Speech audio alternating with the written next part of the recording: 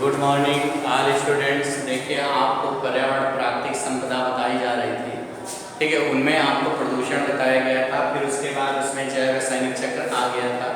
इनमें से आपको जल चक्र, वायु चक्र, ऑक्सीजन चक्र, नाइट्रोजन चक्र आदि बताए गए थे। इसके बाद यहाँ बताया जा रहा था कि जैसे कल आपको एसिड रेन के बारे में बताया गया था कि जो वातावरण की गैसें होती हैं ये जा करके जब ऊपर मिलती हैं, जैसे carbon dioxide, sulphur dioxide, nitrogen dioxide, ये वातावरण में जल जा करके जलवाष्प से क्रिया कर लेती हैं और अम्ल बना लेती हैं।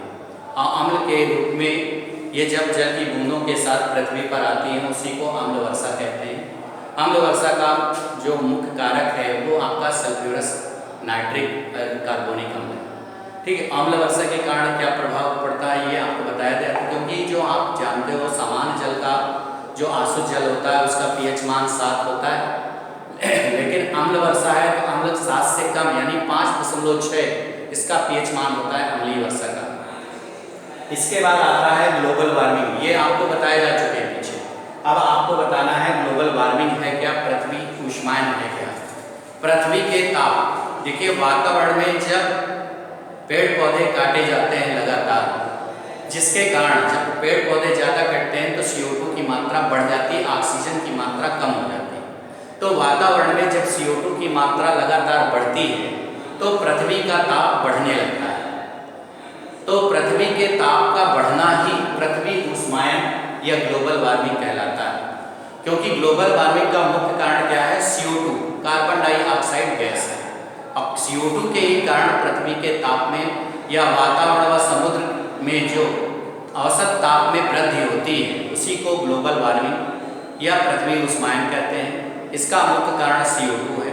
CO2 जो होती है कार्बन डाइऑक्साइड, इसका जो पृथ्वी ऊष्मायन का मेन कारण है वो है ग्रीन हाउस गैसें। और ग्रीन हाउस गैसें आपको बताई थी, उनमें से क्लोरोफ्लोरोकार्बन्स, मीथेन, अमोनिया, ये बहुत सी गैसें हैं जो क्लोरोफ्लोरोकार्बन्स के रूप में या अन्य जो गैसें हैं वो ग्रीन हाउस गैसें पृथ्वी के ताप को बढ़ाने में सहायता करती हैं। सहायता क्या करते हैं कि क्योंकि हम इनका उपयोग ज़्यादा करते हैं, जैसे फ्रिज है, फ्रिज से फ्रियान गैस मिलती है जो हानिकारक क्लोरोफ्लोरोकार्बन्स होते हैं, ठीक है। तो गद्देदार फोम, ये जितनी भी चीज़ें हैं ग्रीन हाउस गैसें क्योंकि उन्हीं से रिलेटेड है। और ग्रीन हाउस गैसें, क्योंकि पृथ्वी ऊष्मायन का मुख्य कारण क्या है, ग्रीन हाउस गैसें, ठीक है। वो तो आपको मालूम है कि CO2 के कारण ही पृथ्वी का ताप बढ़ता है, लेकिन उनमें से ये भी गैसें हैं, इनमें भी कार्बन है, ठीक है।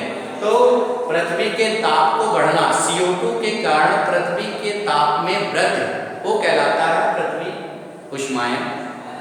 देखिए जो आपके हिमखंड, अगर इस पे कंट्रोल नहीं किया गया, इसका कंट्रोल करने का यही उपाय है कि अधिक से अधिक वृक्ष लगाना चाहिए।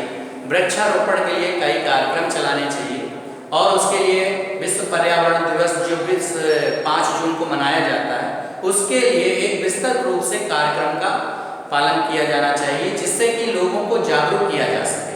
अब जब आप पेड़ पौधे ज़्यादा लगाएंगे तो ऑक्सीजन की मात्रा बढ़ेगी और आपका क्लाइमेट भी सुधरेगा।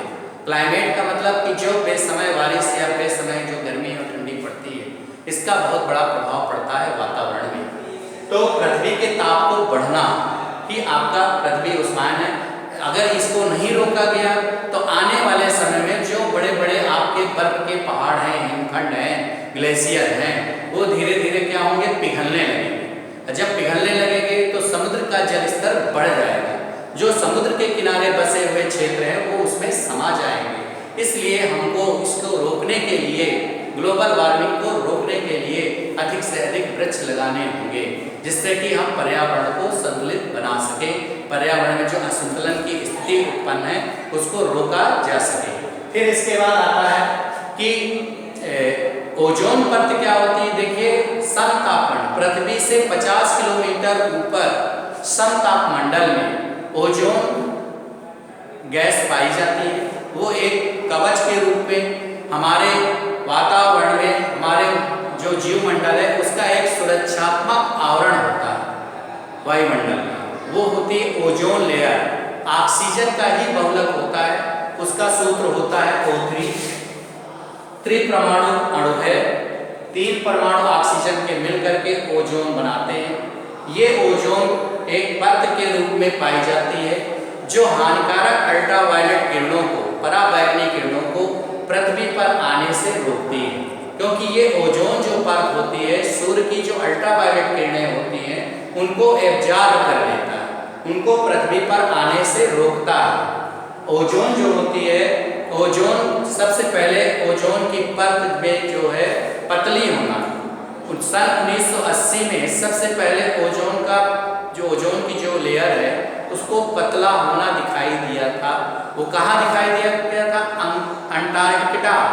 अंटार्कटिका में सबसे पहले ओजोन परत का पतला होना देखा गया था। ओजोन परत का पतला होना ही ओजोन छिद्र कहलाता है। उसमें छेद नहीं है। ओजोन की जो लेयर है वो मोटी है, वो अल्ट्रावायलेट किरणों को नहीं आने देती, लेकिन जब ओजोन की परत पतली हो जाती है तो उसी को कहते हैं ओजोन छिद्र, जो सबसे पहले अंटार्कटिका में देखा गया था।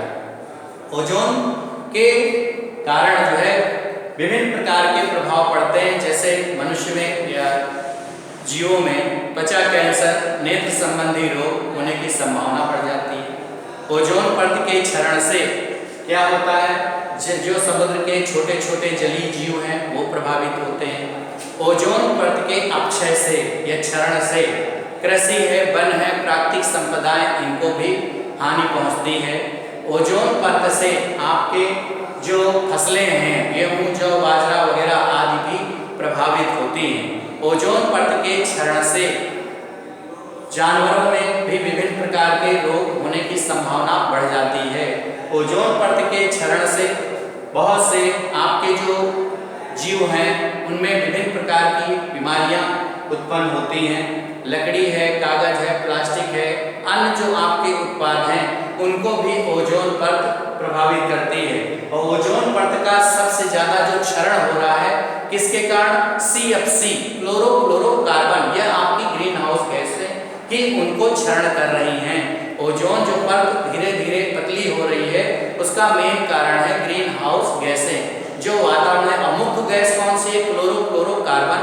और क्लोरोफ्लोरोकार्बन का मुख्य जो है घटक है वो है फ्रियान, जो फ्रिज से निकलने वाली गैस है। एरोसोल स्प्रे है, गद्देदार फोम है, AC वगैरह जो चलती हैं आपकी, एयर कंडीशनर वगैरह जो उपयोग किए जाते हैं, इनसे निकली हुई गैसें ओजोन की परत का क्षरण करती हैं। इसलिए इनका उपयोग कम से कम होना चाहिए या इनके उपयोग पर प्रतिबंध होना चाहिए। तो लेकिन हम लोग उनका उपयोग को प्रतिबंधित नहीं कर सकते हैं क्योंकि आज की वो आवश्यकताएं बन चुकी हैं। तो ये है आपका ओजोन परत। ओजोन परत के बाद आपके कुछ शार्ट टाइप NCERT क्वेश्चन में बताए गए हैं, जैसे कि शुक्र और मंगल ग्रह के में वायुमंडल में, हमारे वायुमंडल में क्या भिन्नता है। देखिए हमारे वायुमंडल में आप जानते हो ऑक्सीजन 21%, नाइट्रोजन 78%, अन्य गैसें हैं, लेकिन वातावरण में 95%, जो शुक्र और मंगल ग्रह है वहां पर वातावरण में 95% केवल CO2 है, जिसके कारण वहां जीवन संभव नहीं है। वायुमंडल, एक क्वेश्चन आता है, वायुमंडल एक कंबल की तरह कार्य करता है, एक हमारे आवरण को ढके हुए है, तो उसका कारण क्या है? देखिए वायुमंडल क्या होता है? पृथ्वी के ताप को बढ़ने से रोकता है। दिन के समय जो पृथ्वी का ताप जो बढ़ता है उसको भी कंट्रोल करने में सहायता करता है, और पृथ्वी के जो तापमान में वृद्धि होती है उसको भी कंट्रोल करता है। अब बाहरी अंतरिक्ष ऊष्मा को बाहर जाने से रोकती है, अंतरिक्ष की जो ऊष्मा होती है उसको बाहर जाने से भी रोकती है। इसलिए जो वायुमंडल होता है एक कंबल की तरह कार्य करता है। बादल कैसे बनते हैं? तो बादलों का निर्माण कैसे होता है? तो आप जानते हो कि जब समुद्र से सूर्य की किरणें पड़ती हैं तो वेपर होकर के जलवाष्प ऊपर जाती है। जब जलवाष्प ठंडी हो जाती है, जलवाष्प ठंडी होकर के छोटे छोटे निलंबित कण जल की बूंदों के रूप में मिलकर के बादल का निर्माण करते हैं। इसी तरह पवन का निर्माण कैसे होता है?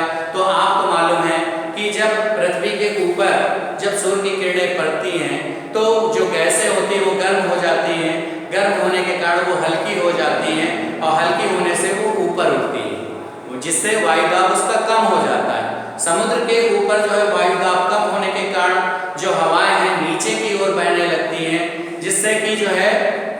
बहती हुई हवाएं होती हैं उसी को हम क्या कहते हैं? पवन कहते हैं, वायु कहते हैं या वायु प्रवाह कहते हैं, बहती हुई हवा। ठीक है, तो इस प्रकार आपके कुछ क्वेश्चन एनसीईआरटी दिए गए हैं। शेष आपको एनसीईआरटी क्वेश्चन नेक्स्ट डे आपको बताए जाएंगे अगले वीडियो में। थैंक यू बेटा।